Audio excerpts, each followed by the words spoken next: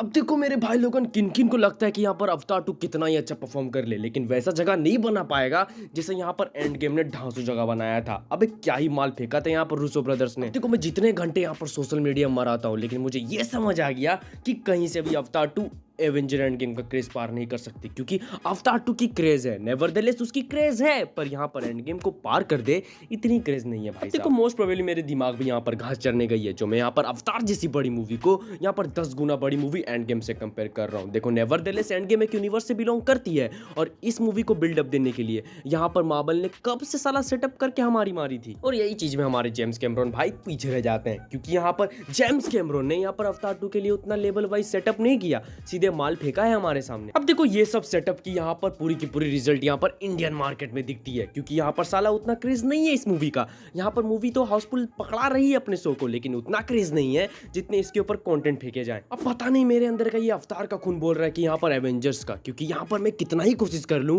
यहाँ पर मैं अवतार को एक्सेप्ट कर ही नहीं पा रहा हूँ कि यहाँ पर वो एवेंजर एंड गेम को भी फाड़ के निकलेगी, लेकिन मेरे दिल में सिर्फ एक ही आवाज बोल रहा है, या फिर वो रक्त दौड़ रहा है, वो भी एवेंजर का। क्योंकि ये मूवी अगर गलती से भी यूटीवी एक्शन में दिखाई दी जाती तो कसम से बोल रहा हूँ मैं सारे काम धंधे छोड़कर मैं इस हिस्टोरिकल पीस को देखता हूँ। अबे क्या ही माल बना के फेंका था मार्वल ने, और मुझे ये भी पूरा अनसेंसिबल थिंग लगती है कि शायद यहाँ पर सीक्रेट वॉर्स को एंड गेम से बेहतर वो बना पाए। हाँ कंटेंट के दम पे कर सकते हैं, लेकिन इमोशनली मुझे नहीं लगता भाई साहब। अब देखो जिस हालात में मैंने यहाँ पर इन्फिनिटी वॉर को अपने आंखों के दर्शन कराए थे, उस समय मैं समझता नहीं था कि ये मार्वल कौन सा एंटिक पीस है। मार्वल का नाम तो बहुत सुना था, पर कैसे ही माल ये बनाता है मुझे ये नहीं मालूम था। मैं इस मार्वल में थोड़ा अनपढ़ गवार था, लेकिन मेरे रिलेटिव्स ने बताया कि तगड़ा माल बनाते हैं। देखो इतना भी अनपढ़ गवार नहीं था कि कैरेक्टर्स को ना समझू। कैरेक्टर बिल्डअपमेंट मुझे मालूम थे कि किसकी किससे जलती है और किसकी किससे पटती है, और हाँ कौन सा कैरेक्टर क्या है। और जब यहाँ पर पहले ही फ्रेम में यहाँ पर घमासान युद्ध दिखाई जाती है थैनोस और हल्क के बीच में, अबे मेरे साइड के ऑडियंस के चीयरिंग देखने लायक थे। अबे क्या ही कुत्ते जैसे भौंक रहे थे। उसके बाद जब यहाँ पर हल्क पृथ्वी में फेंका जाता है, तब मुझे लगती कि मेरे नजर पे ये मूवी थोड़ा स्लो हो रही है। अबे उस टाइम में, इस टाइम पे नहीं, क्योंकि मैं इस टाइम पर स्टोरी लाइन को समझने लगा हूँ, मैं पूरी डीप घुस जाता हूँ,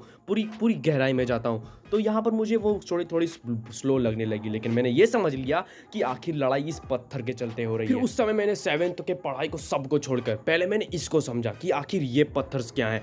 फिर मुझे फुलर नॉलेज मिल गई यहाँ पर इन्फिनिटी वॉर से कि आखिर यहाँ पर लड़ाई इसी बात की हो रही है। अब देखो ये मूवी मेरे फुलर नॉलेज में एक मास मसाला टॉप ऑन एक्शन मूवी होने वाली है, और साला एंट्री सीन तो खतरनाक थी, स्पेशली हमारे थॉर लोंडे की। अबे आपको मालूम ही होगा इस दिन 2 मूवी के बाद यहाँ पर साले हमारे थॉर कैरेक्टर की बर्बादी शुरू हुई थी। कैसे हमारे थॉर को यहाँ पर राउडी से मजाकिया बना दिया गया। ये नेवरदलेस बाकी बातें हैं, हम यहाँ पर मेनली बातों में घुसते हैं। अब देखो इस मूवी में बिल्डअपमेंट तो थैनोस को बड़ी खतरनाक मिली थी कि आगे चलकर ये चूली मचाने वाला है एवेंजर्स की, और यहाँ पर 2 मूवी में होता भी है, नाक में दम कर देता है हमारा लोंडा। देखो इस टाइम में मैं इस सीन में स्टोरी लाइन में डीप नहीं घुस पाया, और मैं जान नहीं पाया कि आखिर यहाँ पर थैनोस ने ये डायलॉग ही क्यों मारा।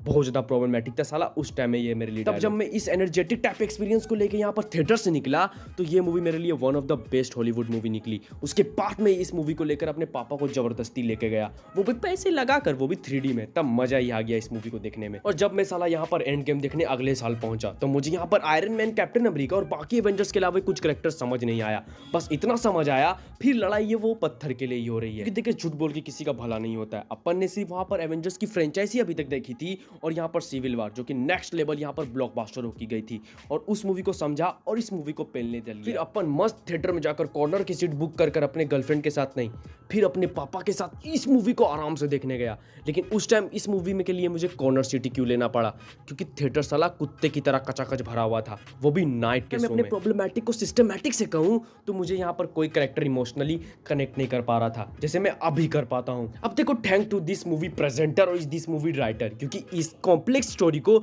इतने सिंप्लेटिक वे में दिखाना और मेरे जिस चुतिया को उस समय में समझाना, वो बहुत ही ज़्यादा प्रॉब्लमेटिक काम होता है। फिर उसके बाद ये मूवी बन गई मेरी ऑल टाइम फेवरेट मूवी। मैं इस मूवी को इतना ही पसंद करने लगा कि जब भी ये मूवी यूटीवी एक्शन में देने लगी, मैं इसे ताकता ही रहा। मुझे लगा कुछ तो यहाँ पर कमी है, और मैंने सारे के सारे मार्वल मूवीज को देख मारा। फिर मैंने मस्त यहाँ पर बहुत सारी मूवी देखने का प्लान बनाया अपने हॉलीडे में, ताकि मैं इस मूवी को आराम से एंजॉय कर पाऊँ और इमोशनली कनेक्ट कर पाऊँ, वो भी कैरेक्टर के साथ। क्योंकि हर कोई निकलते हुए ये मूवी को जब मैं रिव्यू देख रहा था, तो हर कोई कह रहा था कि बहुत ही इमोशनली और फुल ऑफ एक्शन मूवी भरी हुई है।